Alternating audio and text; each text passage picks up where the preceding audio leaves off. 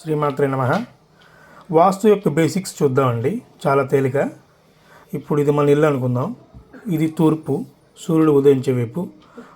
East west, తూర్పుకి ఎదురుకుండా పడమర ఉంటుంది, తూర్పుకి ఎడం చేతి వైపున ఉత్తరం ఉంటుంది, కుడి చేతి వైపున దక్షిణం ఉంటుంది.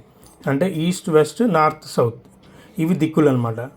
అలాగే మూలలు, ఈ 4 కలిసే చోట మూలలు వస్తాయి. ఒకటి నార్త్ ఈస్ట్, ఒకటి నార్త్ వెస్ట్, ఒకటి సౌత్ ఈస్ట్, ఒకటి సౌత్ వెస్ట్. ఓకేనా. నార్త్ ఈస్ట్ అంటే ఈశాన్యం అండి. అలాగే సౌత్ ఈస్ట్ అంటే ఆగ్నేయం, సౌత్ వెస్ట్ అంటే నైరుతి, నార్త్ వెస్ట్ అంటే వాయువ్యం. ఇవి మూలలు. ఇవేమో దిక్కులు, ఇవేమో మూలలు. ఈ 4 కలిపితే మొత్తం 8. ఇప్పుడు ఇక్కడ చూడండి, మీ క్లారిటీ వస్తుంది. 4 దిక్కులు 4 మూలలు కలిసినాయి. వాటి స్థానాలు చూద్దాం.